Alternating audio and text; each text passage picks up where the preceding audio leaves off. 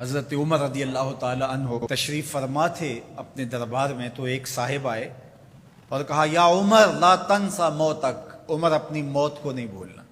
یار بھرے دربار میں کسی کو یہ بات کہی جائے تو اس کا رد عمل کیا ہوگا، لیکن حضرت عمر رضی اللہ تعالی عنہ یوں کانپنے لگے جس طرح بید کی شاخ کانپتی۔ اس کو قریب کیا، محبت کی، کہا اگر تو روز آ جایا کرے اور یہ جملہ مجھے کہا کرے تو تیری مہربانی ہوگی، مہینے کے بعد مشاہرہ بھی دیا کروں گا۔ روز آتا ہے، بھری مجلس میں کہتا ہے عمر موت کو نہیں بھولنا۔ ایک دن وہ آیا، آپ نے اسے بلایا، محبت کی اور اس کو مشاہرہ دیا اور الوداع کہنا چاہا تو اس نے کہا کہ میرے سے کوئی گستاخی ہو گئی؟ کہا نہیں، کوئی ایسی بات نہیں۔ کوئی اور شخص آنے لگا؟ فرمایا نہیں۔ تذکیر موت کی ضرورت نہیں رہی؟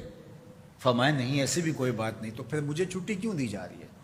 تو حضرت عمر رضی اللہ تعالیٰ عنہ رو پڑے، داڑھی پہ ہاتھ رکھا، ایک بال الگ کیا، کہا یہ دیکھ میری داڑھی میں سفید بال آ گیا، اب تیرے آنے کی ضرورت نہیں ہے، یہ بال ہی مجھے موت یاد کرواتا رہے۔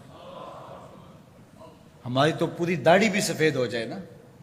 میاں صاحب بولے ہڈیاں کمبن گوڈے کھڑکن تے اڑ گیا لک تیرا، ہڈیاں کمبن گوڈے کھڑکن تے اڑ گیا لک تیرا، اجے بھی بدیوں باز نہ آئیں جیو مرد دلیرا، فما اصبرہم علی النار۔ اللہ قرآن مجید میں فرماتا ہے لوگوں کا آگ پر کتنا حوصلہ ہے، کتنی ڈٹائی سے، دلیری سے کہہ دیتے ہیں یہ جہاں مٹھا اگلا کس نے ڈٹھا۔ جب ہم کسی کے جنازے کو کندھا دیتے تو ہم سمجھتے ہیں اسی کے جنازے کو کندھا دیا، یہ نہیں سوچتے کہ یہ وقت ہمارے اوپر بھی آنے والا ہے۔ خیر کن فلاں و غنیمت شمار عمر، زاں کے بیشتر بانگ برآیت کے فلاں نماد۔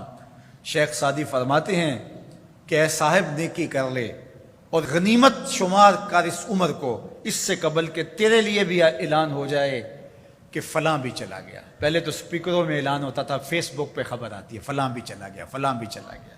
اس سے قبل کہ یہ آواز آ جائے، یہ اعلان ہو جائے، یہ خبر مشتہر ہو جائے کہ فلاں بھی چلا گیا، تو یہ خبر آنے والی ہے، آج نہیں تو کل، کل نہیں تو پرسوں۔ تو کہا کثرت کے ساتھ موت کو یاد کرو، اس سے تمہارے دلوں کا زنگ اترے گا، تم اپنی آخرت کی طرف متوجہ ہو گئے۔ اور دوسری بات ارشاد فرمائی وَتِلَاوَةُ الْقُرْآنِ، اور قرآن مجید کی تلاوت کرو۔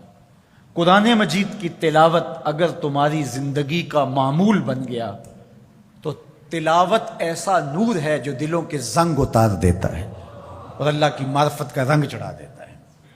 اس لیے دو چیزیں دلوں کے زنگ اتارتی ہیں، ایک کثرت کے ساتھ موت کو یاد، اس کے لیے کوئی نصاب نہیں پڑھنا پڑتا، کسی کے پاس جا کے بیٹھنا نہیں پڑتا، یہ خاموش مبلغ ہے، اس مبلغ کو سننے کے لیے سفر کر کے نہیں جانا پڑتا، اس کو کسی ٹیپ ریکارڈر کے اندر محفوظ کر کے کان کے ساتھ نہیں لگانا پڑتا، کوئی بٹن آن نہیں کرنا پڑتا، اب لائٹ ہے اب سن سکوں گا، اب لائٹ چلی گئی اب نہیں سن سکوں گا، اس کے لیے کوئی وقت متعین اور مقرر نہیں ہے۔ یہ ایسا مبلغ ہے، یہ خاموش واعظ ہے، جب چاہو اس کو سن سکتے ہو۔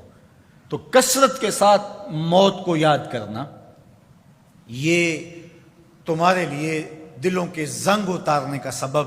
اور دوسری چیز ارشاد فرمائی وَتِلَاوَةُ الْقُرْآنِ، اور قرآن مجید کی تلاوت۔ جب قرآن مجید کی تلاوت معمول زندگی بن جاتی ہے تو دلوں کے زنگ قرآن مجید اتارتا ہے۔ اس سے بہتر دلوں کو پاک کرنے والی اور چیز ہو کیا سکتی ہے؟ اللہ کا کلام ہمارے پاس موجود ہے۔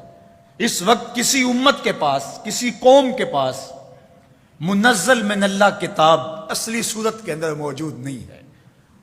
تحریف راپ آ گئی، لوگوں نے کتابوں کے اندر اپنی خواہشات کو شامل کر دیا، مشکل چیزیں نکال دی، ان کے اندر بہت گڑبڑ کر دی، لیکن قرآن مجید کسی زیر اور زبر کے تغیر کے بغیر صدیوں قبل جو سینہ محمد صلی اللہ علیہ وسلم پہ نازل ہوئی تھی آج بھی اسی طرح موجود ہے۔ ایک زیر اور زبر کا فرق بھی نہیں ہے۔